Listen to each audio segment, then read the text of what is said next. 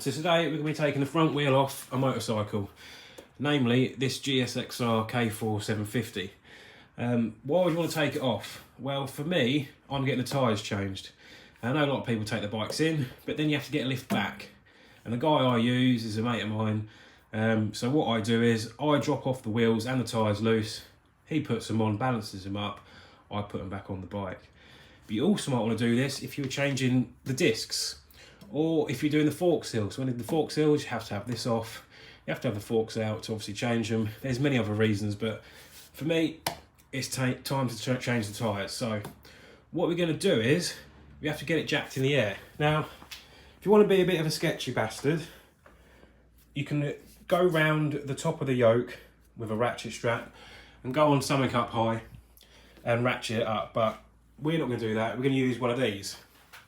Now this is an absolute weapon. So you have a little pin here. They come with a different range of pins. This is a 19mm. And if you look up at the bottom of the yoke, it's quite dark, but see that there? There's a hole there, and that is where this pin locates. Now you're going to have to excuse the crap that's in here. I'm currently painting the floor of the garage, so I've just dumped everything in here for now, but I need to change the tyre, so I'm going to have to do it in here. So basically what I'm going to do is, we've already got it on the rear paddock stand. It's just to make the bike nice and level, so it's easy to work with. And I've already got the back wheel off, because obviously changing both sets of tyres. All I'm going to do is locate this pin in the bottom of the yoke. Now all I need to do is push down on this handle towards the floor, and it will raise the bike in the air. You can see that's nice and secure, that's going nowhere. It means you're able to get to the nuts you want to undo, you can pull the axle out. Now before we take off the wheel, we're going to have to take off the brake calipers. Now on this they're just a 6mm Allen key. 1, 2, undo these, and this should slide off the disc. Now the reason you're taking these off is because these actually go past this lip of the wheel, and when you take it off, it will just bash on the top. Now do not take the brake lines off. Whatever you do, you'll have a right mess everywhere. I'm just going to try and be careful doing this, because I actually painted my wheels not too long ago, and there you go, that's off. Now we're just going to leave that hanging there for now, try and tuck it out of the way. We're going to go and do the other side, and then we can actually take the wheel out itself. We can always put these back in, so I'm going to just put these, or one of them in, just to hold it, so it's not actually resting on the brake lines once I take the wheels away to get the tyres done. But take these off before you do anything else. Now although this is the bike it is, a K4 Gixxer, they're fundamentally the same. So what you're going to have is an axle in the middle. You'll have a nut or a way of undoing at each side of the axle, and you'll have some pinch bolts that actually pinch against the axle, and this will be on both sides. So we don't want to undo these straight away. What we're going to do is, rather than having a nut or whatever tool you need on each side, we're going to undo one side. So this is usually a hex. On newer bikes it's a hex. Unfortunately on this bike and my old bike it was one of these. So I had to buy one of these, a 24mm Allen key. I think my old Ninja 600, that was a 22. Basically this goes in here, and now we just put a normal socket set or a ratchet on the end here, and we can undo this. So what we're going to do is we're going to keep this pinched up. We're not going to touch that. We're going to undo these two 10mm, so just slacken off this side, and then we're just going to crack this off and undo this all the way. And whatever you do not pull the brakes while you've got the calipers off, because obviously the pads will come together and then you'll have to wind them back out before you put them back on. Now, if I remember rightly, the mudguard actually stops the wheel coming out.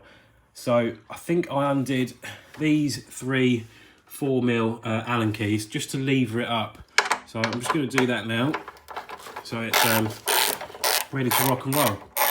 Now we've taken one side of the mudguard off. Hopefully not take the whole thing off, but I'm sure I didn't last time.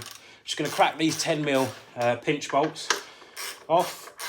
Same principle for your bike, no matter what it is. Leave one side done up so it holds the axle in place, and you can undo the other side. So you haven't got to be both sides of the bike. Now my special tool has actually got a 3/8 socket indent on it, but you're going to need something with a bit more grunt than that. So what I'm doing is using a breaker bar with a 17mm, which is the smaller side of the tool there. So that's the 17mm, there's the 22. Hold the handlebars, bit of grunt, and she'll go. Now, this will either take the nut off or it will take the axle out, one of the two. Either way, it will achieve the same thing.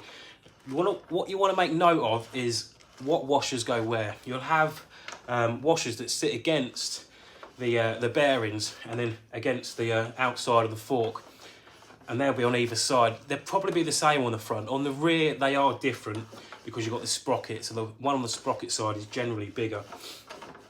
I think it's actually going to take the axle out. Yeah, there we go. Take some pressure off. And there we go. Out she comes. Now in my case, I don't actually need to take the rest of the axle out because, well, I don't need it for what I'm doing.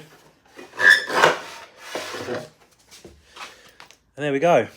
One wheel removed. If I just show you what I mean. So that's still in there, but that doesn't need to come out for me. So there we are. It's the same in reverse. Obviously put it back on. So once these are changed over, put the wheel back in between the forks, hold it up. I usually use a bit of wood underneath, put the axle in, do the axle up first, then we're going to do up these pinch bolts to make sure it's secure. Then I'll put this back on. That might be different on your bike or not, I don't know.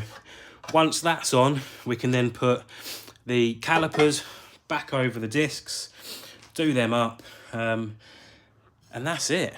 Lower it back down, off you go. I hope this has helped someone. Always give it a go yourself. I know it's good to take your bikes to people, but it's the sort of thing you want to be checking tightness of bolts and things like that. Routine maintenance, always get involved yourself. It's a lot of fun, and it's a part of the fun of having a motorbike. I'll see you in the next one. Thank you very much for watching.